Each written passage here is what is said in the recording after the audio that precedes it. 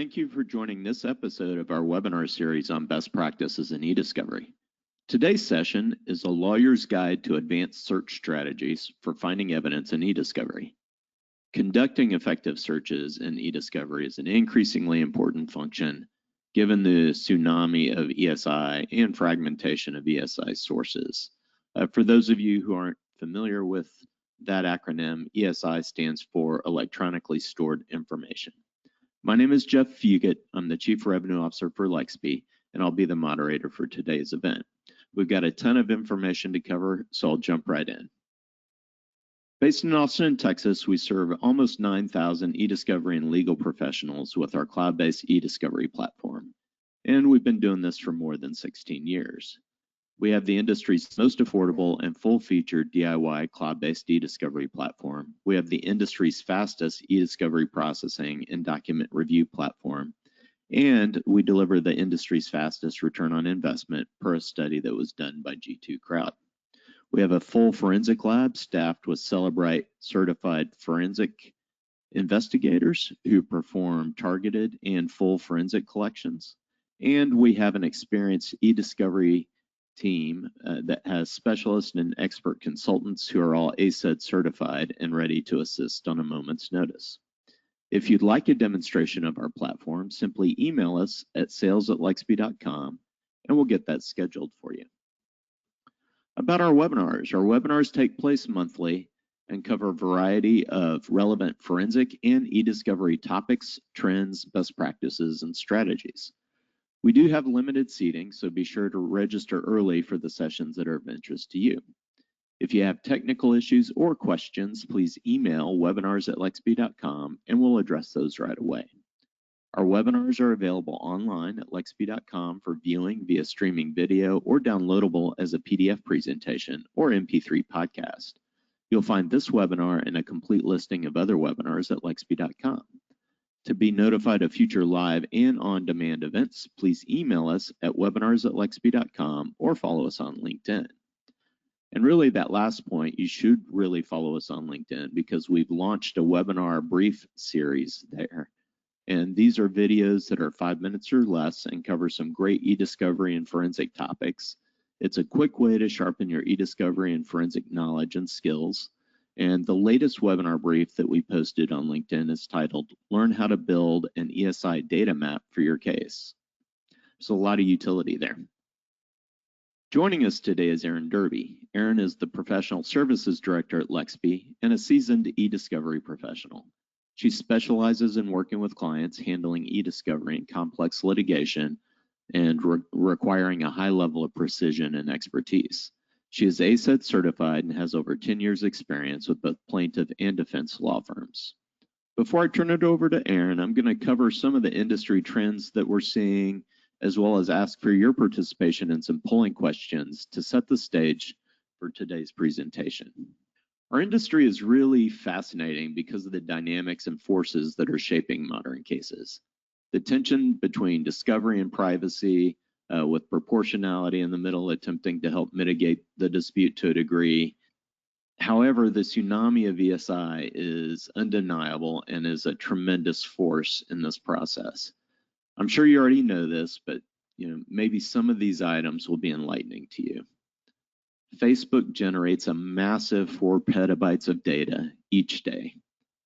And think about Zoom now generating 3.3 trillion meetings when just 3 years ago, they were at a small fraction of that number. Slack users generate 1.5 billion messages per month, and the average user is logged in 9 hours a day. Slack is often a communication channel, whereas less formal, and we often find it a good source of evidence. Geolocation data has exploded. We get a ton of requests asking for geolocation data. There's also a huge secondary market for geolocation data that's not regulated, so that's kind of interesting. And then how many people here have listened to their Alexa recordings? If you haven't, you'll be surprised at what's been recorded. We're also seeing these recordings in ESI orders. If you have an Alexa device and want to know how to access your recordings, shoot me a note or use the chat box and I'll send you the instructions on how to access it. We're seeing an increase in data sources too. During the pandemic, we saw an increase in the number of email accounts per custodian. We saw greater use of personal web-based email accounts, not to mention the use of home IT resources for corporate business. Therefore, you've got to sharpen your search skills to be effective in finding the relevant documents. And you'll be in good hands with Erin because she is a search expert. With that, I'm going to ask our first polling question to set the stage for Erin. Our first polling question is, what's the average number of documents in your matters in 2022? 100,000 or less, 100,000 to 500,000, 500,000 to a million to 5 million, 5 million plus, not sure. So we've definitely seen across Lexis the number of documents growing significantly in the past few years. All right, there are a few more answers coming in. And I'll go ahead and close that poll. And then the next polling question is, are you relying more on forensic device collections due to the increase in complexity of data in your matters? Yes, no, not sure.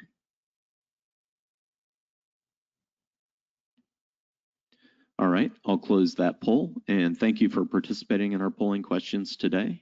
And without further ado, I'll turn it over to Erin Derby. Erin? Thank you, Jeff, for that introduction, and good morning, everybody. As Jeff said, my name is Erin Derby. I'm the Professional Services Director here at Lexis, and today we're going to be talking about some tools to help you in your keyword searching, data culling, and everything else you need to prepare your large data sets for review and ultimately production. So our agenda today, we'll talk about a couple of things that some may be familiar to you, some maybe not. We'll talk about indexing and what that means and why it's important for you to understand that for your matters. We'll go over some basic search options and how to use them most effectively, some differences in using a text extracted indexing model versus an OCR indexing model, and how using a concatenated indexing approach like we have at Lexis is most beneficial for your matters. So we'll begin with just generally talking about the use of keyword searching in eDiscovery. And the reason that we use keywords in different phases of a matter is initially you may find it beneficial because you get a large data dump. That could be from your client, that could be from your opposing party. And when it's from your own client, we typically call that early stage culling.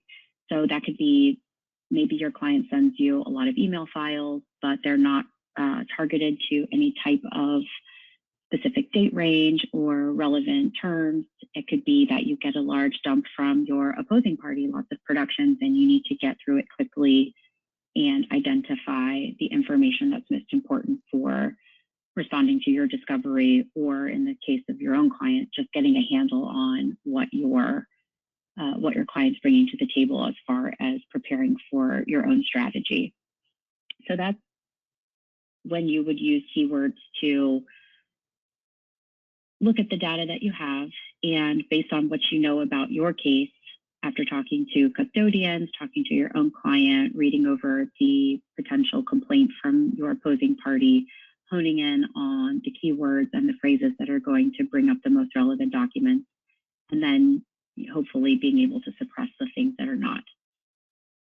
You also would be using keywords for responsive and privilege review. So you've already determined the relevant document population to some degree, but you need to be more specific to respond to specific discovery requests and requests for production, subpoenas, and those sort of things that happen in the discovery process. It's also helpful in privilege review because you can go ahead and type in email domains of other attorneys that may have been involved in the matter, your own name, and you can call those out and prepare for your privilege log, ensure you're producing anything privileged. For depo prep, it's really helpful because you can consider the witness that you'll be examining and search for things that you'd like to direct examine them on, or if it's an adverse witness, you know the things that you want to go after them on for potential impeachment issues or things that you might find in their expert reports or their prior testimony that you'd like to ask them about. And then ultimately, if you get to trial, these help you find your exhibits that you want to use based on all the things that you've already done, depositions and privilege review. All those things will come to full circle. Of course, in your trial, you know what you need to pay the most attention to, and it will help you prepare for your final exhibits that you would be exchanging in the courtroom. In order to ensure that all of those things are done most efficiently and making the best use of your time and your client's money is to first develop a keyword strategy. So if you are looking at that from the standpoint of you've already received some discovery, you're going to look over your request for production, your subpoenas for documents, and translate that into a key search strategy. So you could go over those terms and see, what are they asking me for? What do I need to pay the most attention to? What do I need to respond to? And then develop a list of keywords that you want to start looking over your document population with, and go from there and see what your document population looks like. Is it responsive? Are you getting false positives? Are you finding things in there that are not relevant? Do you need to change up your terms because maybe you find out that this particular company refers to a contract as an assignment, for example? You have to go back and modify your terms based on what you find in the initial search. It can also be important to negotiate your terms with the opposing party, especially in a large document collection. If you can get that done ahead of time, that really takes away the need for iteration that's sort of driven by your own opinion. So if you negotiate terms on the front end and you say, all right, these are what I would like for you to search, and vice versa, you apply those documents or those keywords rather to your document population and see what you get. And you provide them with your hit counts. And if they're satisfied and you're satisfied, then you can move on. That, of course, can result in additional iterations or modifications if you find that a term is overly responsive or not as responsive as you'd expect. But doing that on the front end between the parties can really alleviate some of the discovery disputes you might get into later on down the line. To develop those keywords, another really important thing to consider is interviewing the custodian. So that means talking to the people that will be providing the documents to you. And this is important because they will be able to highlight all of the different places where they have stored their documents. What do they use to organize their documents? That could be in a internal CRM, proprietary software. That could be simple as their Windows Explorer. What are you going to be looking at? What folder paths should you be paying attention to? Where do the things that you care about exist? And that can help you do some more specific scalpel level searching. If you're looking at a folder path, for example, you can really dive into a particular folder that maybe contains all of the invoices for a particular company rather than searching the word invoice. They can point you to where you need to go. So talking to them and learning their terminology, the things that are going to be important, which moves to the next point to include jargon, interviewing custodians for subculture specific terms, industry terms that maybe something we're not familiar with because we don't work in that particular industry. They can help you learn about things that you otherwise would have to learn about by reviewing the documents, so it can save you time in that regard. Including misspellings, this can be important.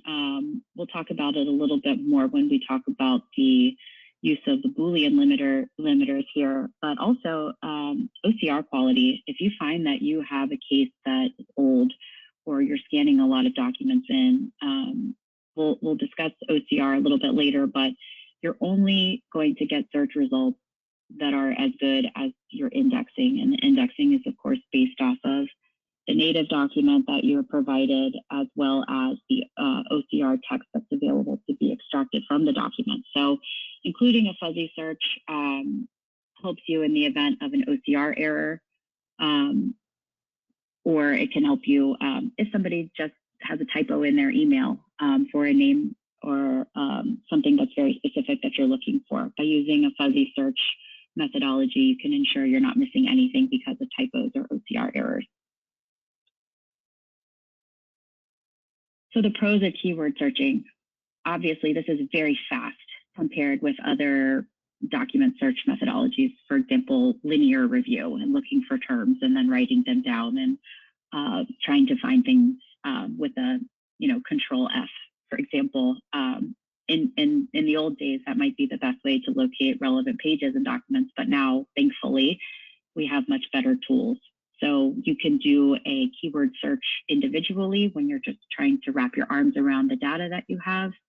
Or most products like Lexis, for example, have a search term report where you can put a listing in of all of your terms and your Boolean phrases and run that through the software, and it returns the hit count, and you can look at your documents really quickly based on the results of those search term reports that will be returned to you.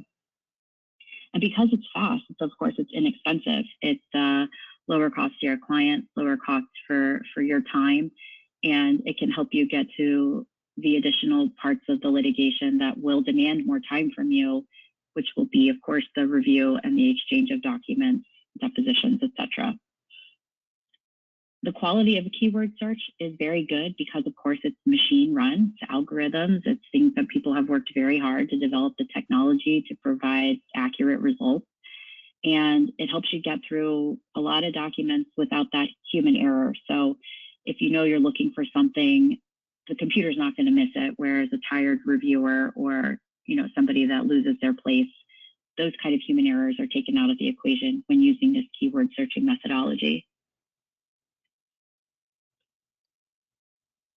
Of course, there are some cons of keyword searching, and that's why I always say that keyword searching is a very iterative process, because you will find that it's not perfect all the time. A search can be over or under inclusive. So that's why it's important to do different versions of a term, look at different ways to set up your Boolean search, narrow the search, expand the search, because you will pull in false positives and false negatives. We had an example recently where a person's last name was a very common word. And of course, we were pulling up that word that had nothing to do with the case. And we really had to sharpen our keyword terms for our client in order to ensure we were pulling the most relevant documents that related to the person and not just the general word. It can be difficult to create good search terms, especially when you're new to a case. You're just getting the information, you've spoken to your client, you understand their perspective, but you have to understand more specific things that have happened in the case, or more specific terminology from the company if it's a business litigation, in order to make sure you're pulling everything that you need. So that just takes iteration, again, testing the terms and analyzing the results that you get until you're happy with what's returned. As I mentioned before, there are situations where you'll have non-searchable text. Doing the ESI collection professionally and having the native documents available really helps with that. But I've certainly been in a room before where the banker's boxes are taller than I am, and they're documents that have existed before these fancy tools that we have now, and you don't have the choice but to scan them in. And if you're scanning in a piece of yellow carbon paper from the 80s, you have to expect that there's going to be OCR errors, or even in some cases, the inability for the software to pull up the OCR text from that. So have to be prepared for those and pivot to a strategy that would have some manual review as well. And some file types can't be indexed. So some of those proprietary software files, for example, geology, drawings, gotten a lot better with things like engineering drawings, architectural drawings, that can extract some of the text from the larger drawing, but those CAD files, those EWG files, and certainly there's hundreds and hundreds of those file types where extracting the text is difficult. But depending on what type of case you have, you should be prepared for analyzing those as well. So next, we're going to talk about what are referred to as search limiters. And these are things that help you craft your phrases and your terms in a way that you're cutting through documents with a more specific target. So unneeded filter types, or filtering out unneeded file types rather, what I just mentioned. So the fact that some file types are not going to be indexed. So that's an example of a file type that you might be able to exclude from your search. Certainly other things like a PNG file, those are usually the extension of the documents that are in a signature block for your email signature, for example. So those types of things sometimes can be excluded as well. And that just takes away from the entire document population that you're looking over and ensures that you're not pulling in things that are going to be largely non-responsive. Boolean modifiers, certainly that is probably the most common search limiter that we see. We'll look at some of those specifically, some of the more basic ones, but they really reduce the number of documents because you're saying, I want to see only the documents where this word is within 3 words of this word, because that's the type of, that's the sentence that I'm looking for. That's the smoking gun, where this word was next to this word. I don't care where that word was, somewhere in the document. I want it to be within 3 words of this word.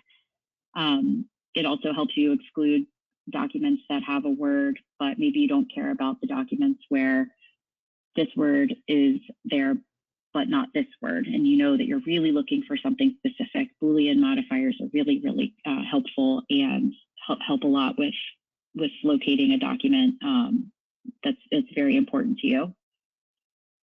Fuzzy searching, again, we talked about that a little bit related to OCR quality. So an example of why a fuzzy search would be helpful is, here we're looking at the word litigation. If somebody, miskeyed that word, or the G was read in OCR as a 3, a fuzzy search would indicate that that document may be relevant based on your terms, and you should take a look at it. And then the proximity search, mentioned that along with the Boolean modifiers. That's just helping you look for a specific word only when it exists or doesn't exist within a certain number of words of another word, and that will help you really hone in on a specific document you're looking for, or a specific phrase that somebody allegedly said, maybe in an email. So those proximity searches are very important. So we also can use some of that same knowledge to expand the search. So the Boolean and wildcards are a really good way to do that. The wildcards can be very helpful in making sure you're pulling in all of the different conjugations of a verb, for example.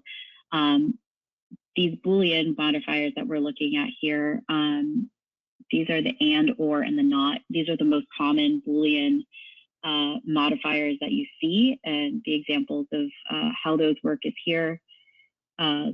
Apple and pear, that would only give you a document that contained both of those words.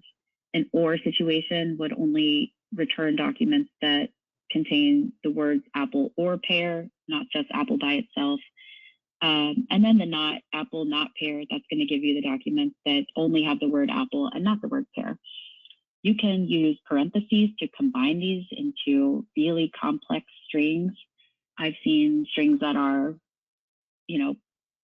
3 or 4 lines long, and they're just proximity searches, Boolean search, wildcards. Everything is sort of embedded together. If you're looking for something super specific and you get good at building your phrases, those can be really helpful to find something that's very, very specific. Your client is saying, I know that he said this sometime in 2013, can filter to 2013 and get a very specific search string going, and you might be able to find it very quickly versus reading everything from 2013.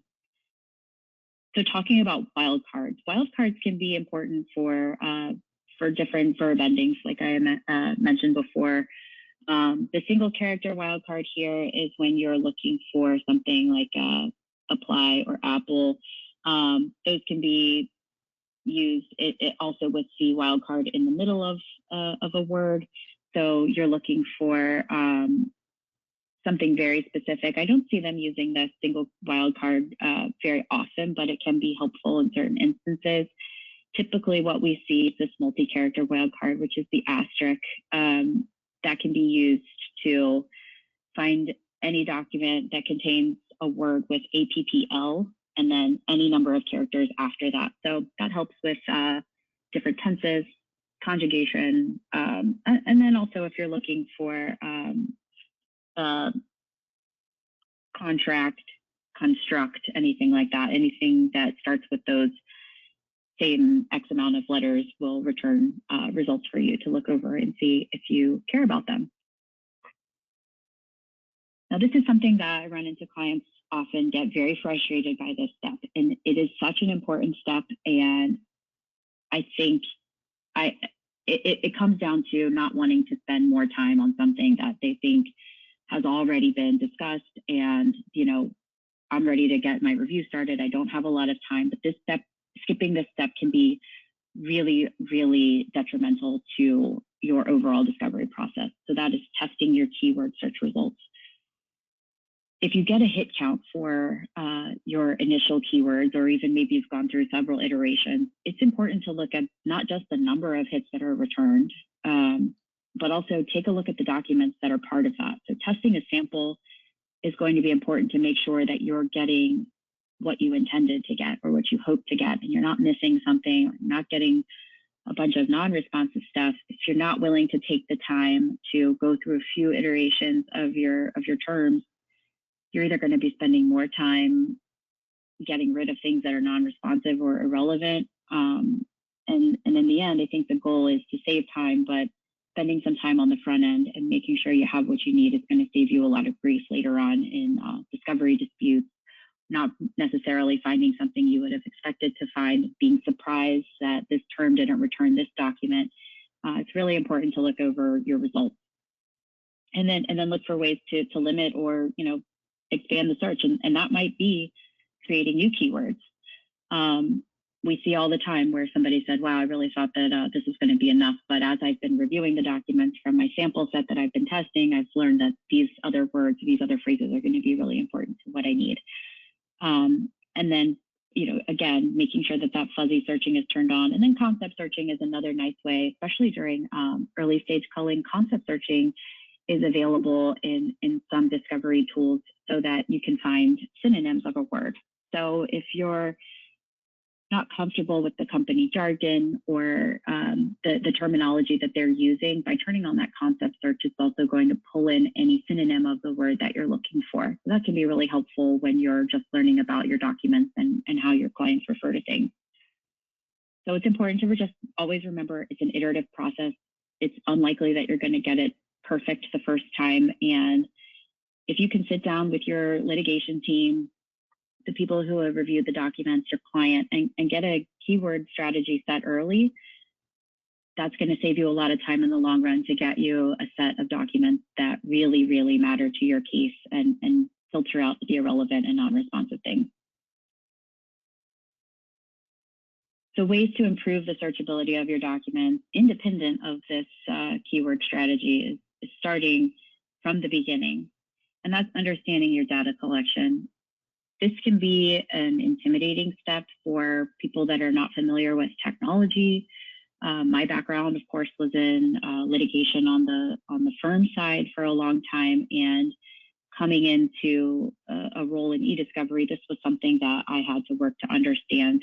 And thankfully, we have very capable forensics departments, certainly at Lexis and at other companies as well, that can help you understand this a little bit better.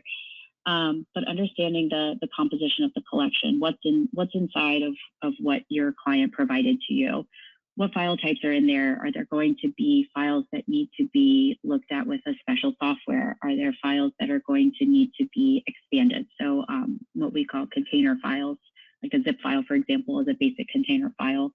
And of course, that contains, you know, potentially thousands of individual documents. So not everything is going to be load ready or search ready, rather. It's going to need to be processed, and having a tool like Lexis or some of our competitors helps with that, because loading those types of documents into a review tool like ours will automatically extract those container files, for example, and will automatically help you filter out those data types, the file types that may need to be viewed in a special software or natively on your own computer. So I always find that if you have a very data intensive case, it's important to appoint a project manager, somebody that's running point in-house. That could certainly be an attorney, that could be a technology expert, that could be a paralegal, but also somebody, if you're using a vendor, like Lexis, we always try to assign a person who will be with the same case for the course of the matter, because that continuity of information and understanding how the data came in, how it was processed, how things were filtered out, it's really important when you get later on down the road and you have a partner or somebody that's looking at things after they've gone through these initial processes and they're saying, well, where's this document? Where are these documents? Having somebody that can quickly come back and say, well, those documents were not collected. This is the set that we got. It's important to really understand what you have in the event that you need to pull more, in the event that you need to explain why things are missing, and who you need to talk to at your client's end client's company also to understand maybe where things are, why you don't have them. And on that note, it's also important for you to understand the software that you're going to be using. Onboarding a new client for us is really important. And again, it's a thing that attorneys and paralegals are busy people, and it's difficult to set aside that time to devote to understanding the tool that you're using. But it is really important, so that those same questions that were just coming up when you're collecting the data are, why isn't this here? Why can't I look at this type of file? Why isn't this showing up in my search results? You still will likely have some of those questions, but understanding how your software works and how your software processes the documents, searches the documents, and indexes the documents is really important. So asking questions, will my software be able to index the native documents? Does my software only index the OCR extracted text? Does my software search metadata fields? Questions like that and understanding that is really important for you to have power over understanding what results you're getting and what you'll be producing to the other side, so there aren't any surprises related to your vendor. The indexing tool that's behind the scenes of your eDiscovery tool will also, you'll be able to find out if maybe they can't look for certain things. So I mentioned, can it search the metadata? Is it going to extract a file path for you? So the file path would be where on your computer did that file live when we uploaded it to the platform. So that would be maybe you have a folder on your desktop called HR, and within that HR file, it's job applications, and within that folder, it's years, and then within that folder, it's positions, and then it's a specific name. If you are able to extract that file path information, for example, you'll be able to type into a search engine, I only want to see this person's file from this year. So understanding those very specific things can help you develop your search strategy as well. But going in blind and just trusting that the software is going to do exactly what you want is not a very good way to get ahead of your data and prepare yourself for success later on. So I've talked a lot about indexing and processing in that last slide, and I'll take a moment here to kind of go through the life cycle of using a platform like Lexis to process your documents, prepare them for search and production. So we talked about the container expansion. Container files that we typically see here, we may receive a forensic image, and once we extract that forensic image, we'll get all kinds of files. So loose eDocs, but primarily we see a lot of PST files, OST files, mbox files. All of those file types are a container file for email. So a lot of what we see here is email data. That's where tons of the documents come out of, because you can imagine you have the email and all of the attachments and all of the replies and the threads. So the container expansion of that one PST file, that one mbox file, will result in potentially thousands or hundreds of thousands of documents. File repair, the softwares will do their best to deal with any type of corruption. It will do, it does automatically things that you might not be successful with if you opened up the file on your own. The software will do its best to repair the file so that it's readable for you in the document viewer. It extracts all of the metadata and assigns them to the fields for searching. So title, date, author, last modified, all of those things are metadata related and something that you could search to that specificity if it was important to your keyword strategy. MD5 hash code, that's what's used to, I kind of simplify it by saying that's the document's fingerprint, unique for every document. So it will generate a hash code so that that's what we use for deduplication. For example, if the two documents don't have the same fingerprints, they're not considered a true duplicate of each other. It's the easiest way I can explain that.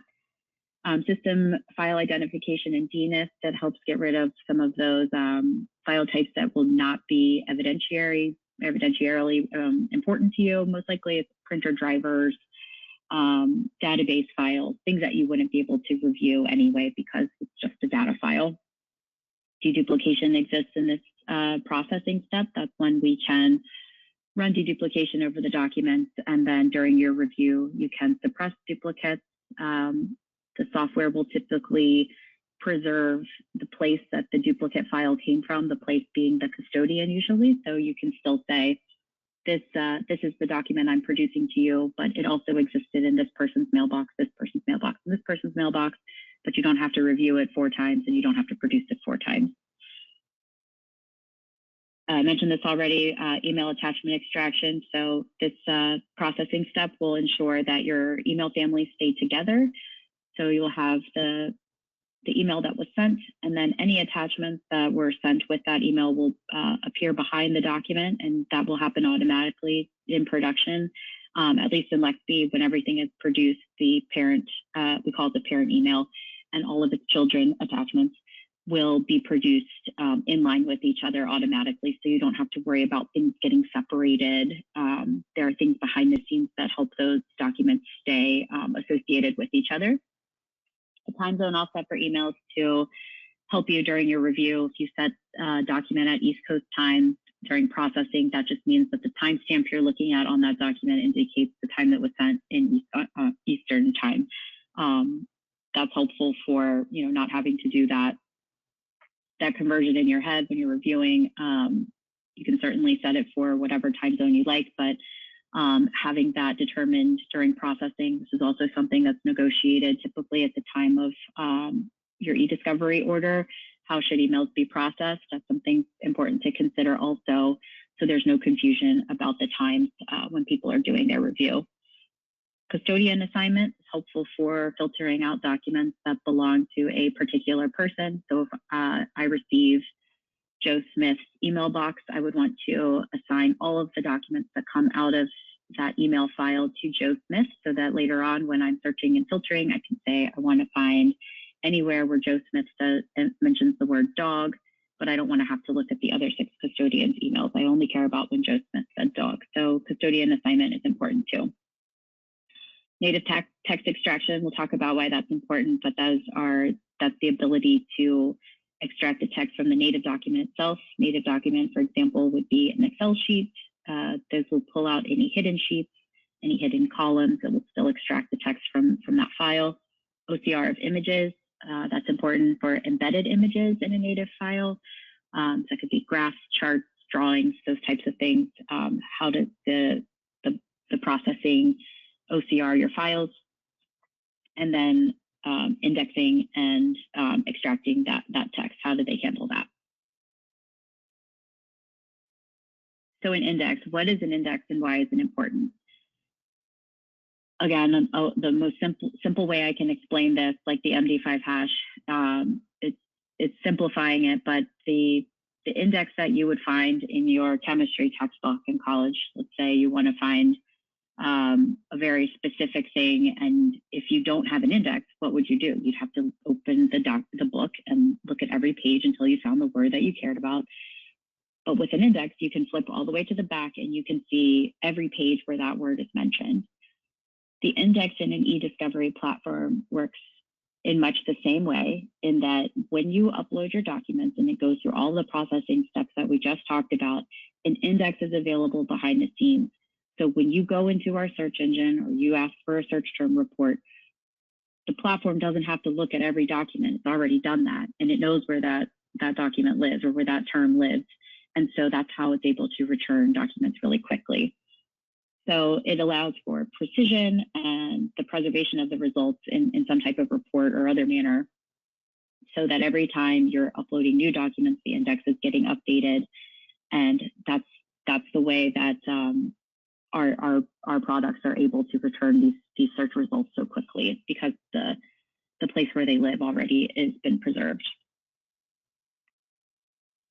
So now we'll talk about the difference between OCR and a text-based index. So OCR, again, is the extracted text from an image. And so an OCR index receives every document like a scanned image. And then it's run through a virtual print driver, and it looks for the alphanumeric text.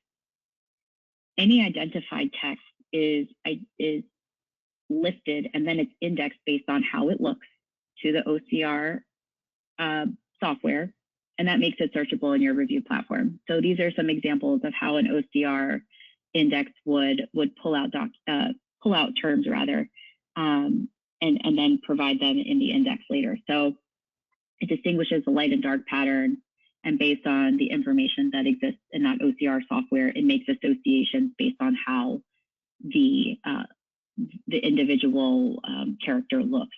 So this is why sometimes, I know I've seen this before, this number 8 here is a good example of where I've seen some OCR errors. So if you are searching for a word, and maybe we can use litigation again as an example, sometimes that G in a type font looks like an 8, or a school, the word school might have a $sign for the S. So this is why sometimes you'll see OCR errors like that, because the OCR software can only do as good as the quality of the document to pull up what it looks like the most familiar to the OCR software.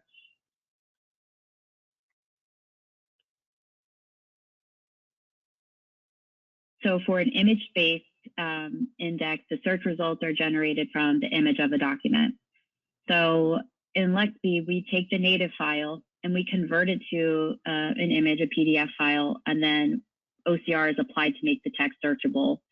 So if you have a TIFF production without extracted text, we will take that document and OCR the provided TIFF so that it has an OCR index that makes the document searchable for you later on. And the conversion software we use will virtually image what would have been physically printed on the document. So they're indexed, and again, this is something we see with handwritten documents, poor quality documents, old documents that have maybe lived in your client's trunk for 10 years. If they're wrinkled, if they are faded, the OCR can only do what it's capable of doing with what it's given.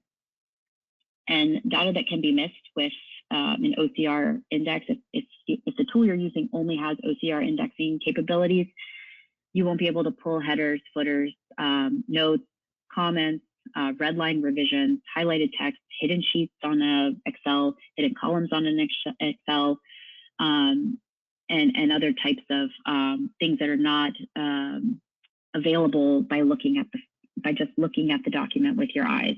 If it's not something that you can see with your eyes, it is unlikely that the OCR text index will be able to pick that up. So conversely, a text-based index extracts text from the native document. So that would be you upload a Word document or an Excel file to a product like ours, and anything that is hidden, so what I just talked about, OCR not being capable of, columns, sheets, notes, headers, footers, all of those things are extracted with a text-based index.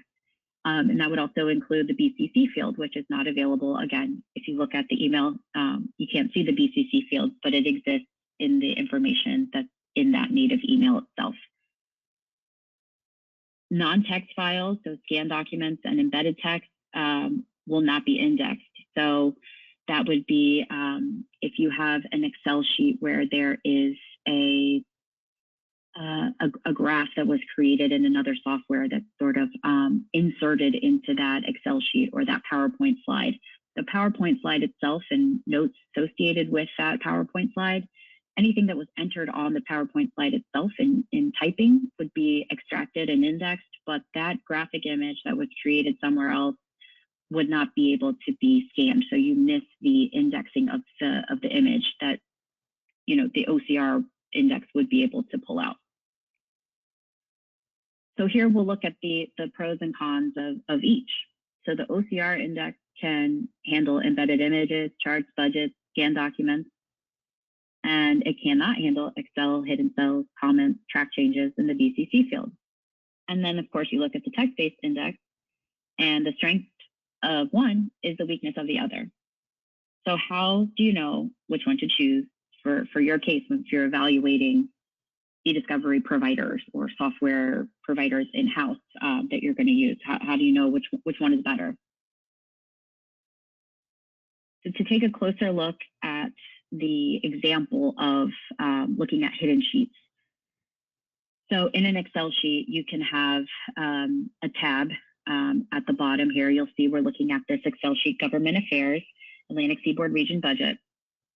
And when you look at this document on its face, this is the document that was uploaded to the platform, which you see on the right is an example of Lexis Doc Viewer. So this is showing, this tab is called the Summary tab. There's nothing else on this sheet.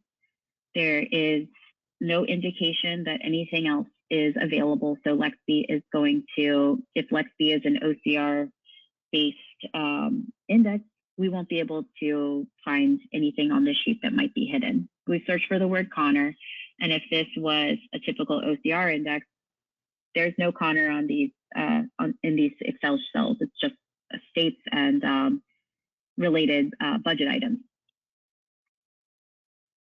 But because Lexi has a dual index, which we'll talk about a little bit later, if you open this Excel sheet and you ask it to find hidden items, so in this case, it's a whole sheet, unhide sheet personnel, you see that there is Joe Connor there in row 4 of the example on the right.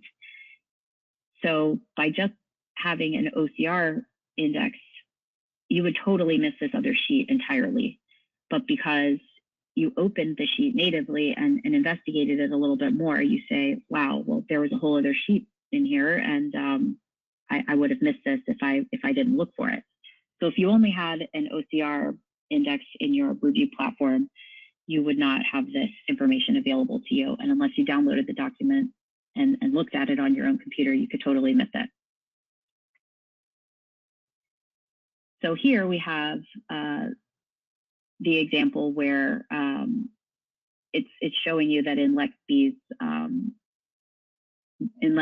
platform, you can see that the word Connor was extracted because Lexi has a dual indexing feature. So we are able to extract the OCR text and the native text all in one concatenated index, so you're not missing any data. And here we'll look at the embedded images. So this is where an OCR index would be supreme to the text-based index. So the text-based index would not be able to find the term WFCC that I searched for here, which is one of the bars here in this embedded image graph as part of this presentation that was uploaded to our platform. So if I search for WFCC, this document's not going to be returned because, as you can see to the right, this extracted text is showing that it just says Microsoft Excel worksheet. It's not telling you what was in that worksheet. It's not telling you that there was an embedded graph. It's just letting you know that there was some data in there, but it didn't search it. So all the text that appears on this PowerPoint slide is not readable by the text-based index.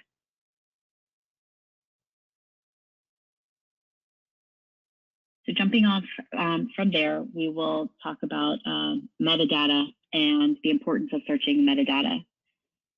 Metadata generally is a field level file information It can be used in review. It can be used in forensics, of course, and it's also something that's produced in your production as part of your load file after it's been extracted from your native file. So that is something that's negotiated or should be negotiated in your ESI provisions. What metadata fields you would like to have included. Make sure that your eDiscovery provider does extract and index those fields as part of their processing steps. And when you produce your documents to the other side, not only will you be providing them with the documents themselves, but you'll be providing them with the agreed upon metadata field as well that will aid in the review of your productions for the other side and vice versa. So these are just some examples of the metadata field names that exist. There's lots and lots of them, but these are some of the more common ones and how they look. So on the left, you see what the metadata field name is, and then how it's useful to you in your review. So they're pretty self-explanatory, but for example, the date last modified can be really important because that's the date field that we use for filtering. That's the date field that you can for an email file. That's the date that an email was sent, and it will also associate that same date with any attachments that were sent, so you can keep things together all on that same date. So the last time that a document was looked at. As mentioned, Lexis has a concatenated index. It combines the two index types that we've been talking about, the OCR and the native text extracted index. So it blends them into a single searchable database, which ensures that you're not missing anything. So regardless of whether the text is in a hidden field or an image, the document's responsive to search.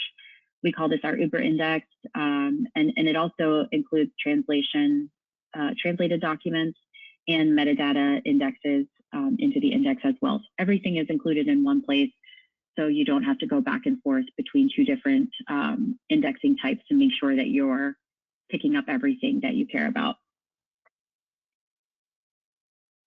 And with the translated documents, the index supports searching in either language. Once you have run translation on your documents, you'll be able to, if you look for ciao in an Italian document, you'll also pick up hello as a hit response as well. So the indexing is really powerful, and using the expanders and things like fuzzy and concept searching can really help you find things quickly when you combine these two indexes together. So back on the slide where we talked about understanding your software and how documents will be processed, how documents will be searched, and how overall the platform works, which is very important. Understanding your index, that's a very specific part of your eDiscovery platform, but I hope based on what we've talked about, you can see how important it is. But it's important to ask, what type of index do you have? Is it a single index? Is it OCR or is it text? And considering what you might miss if the response is that we only do OCR or we only do native text. Some platforms will offer both, but they're not concatenated in the way that I explained Lexis is. So you have to search separately to make sure you're getting everything.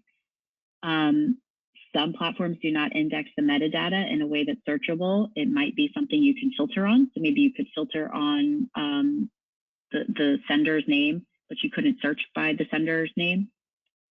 And then foreign language documents would add another level of complexity if that was something that was existing in your case. So can your platform detect other languages, and will it pull the original and translated version together? So the example that I gave with the word ciao, asking those types of questions as you're evaluating your platform or you're thinking about potentially buying into one.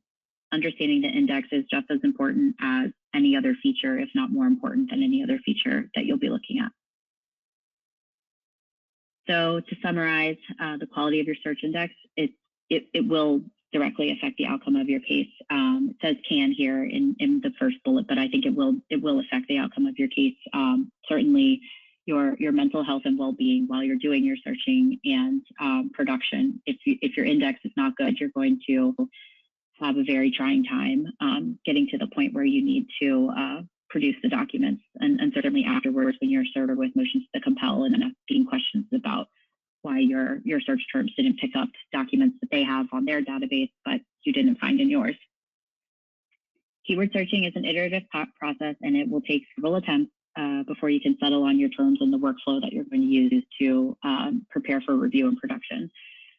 Take the time to do this.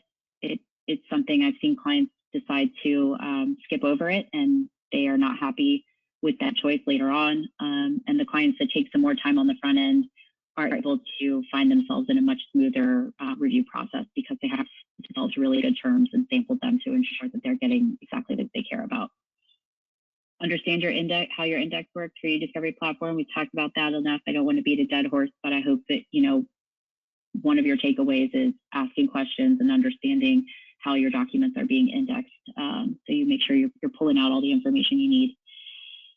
And then lastly, the Lexis Uber Index is going to ensure you're not missing any evidence. So if you have the ability to find something that has a dual concatenated index like we have, that's the best option for you. Certainly, we would be happy to have you here at Lexis if you have any questions about that. We would love to have you and show you more specifically what our software can do related to indexing and searching. Thanks, Erin. I thoroughly enjoyed that presentation. I'm going to briefly walk you through how we partner with law firms and organizations to address the challenges of document-intensive matters. At Lexis, we provide comprehensive remote and on-site forensic collections that are fully defensible. We utilize industry-leading tools like Cellebrite and Magnet, and we handle a very wide range of device and account types, as you can see on this partial list. Now I'd like to ask our next polling question. Do you have a forensic collection project, and would you like a complimentary consult?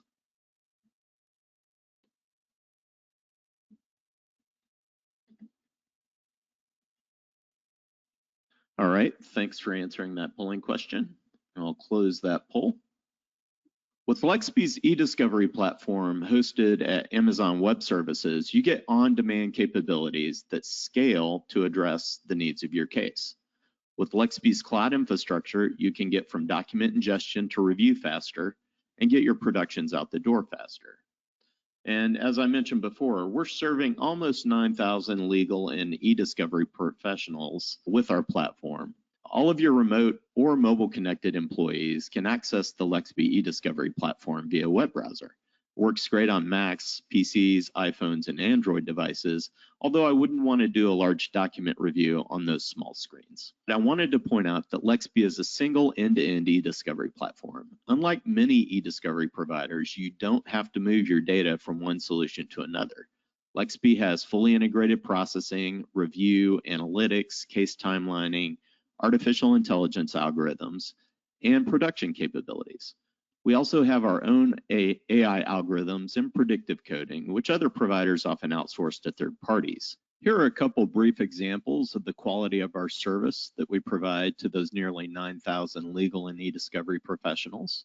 On this slide, you'll see Paige Tackett with Thompson Co. is highlighting the ease of use and speed of Lexis in comparison to other platforms she's used in the past. And then on this slide, you'll see David Jones of Logan Lowry had a very successful outcome with his case by using Lexis. And with that, I'd like to go ahead and ask our next polling question, and that is, would you like a demo of the Lexis eDiscovery platform?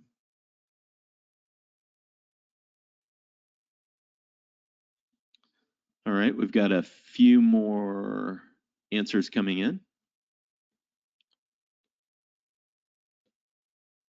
And I'll go ahead and close that poll.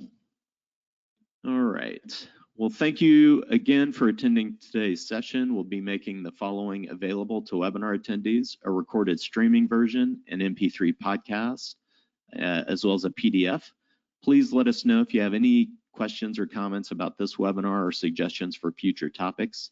This webinar is part of the Lexis eDiscovery webinar series.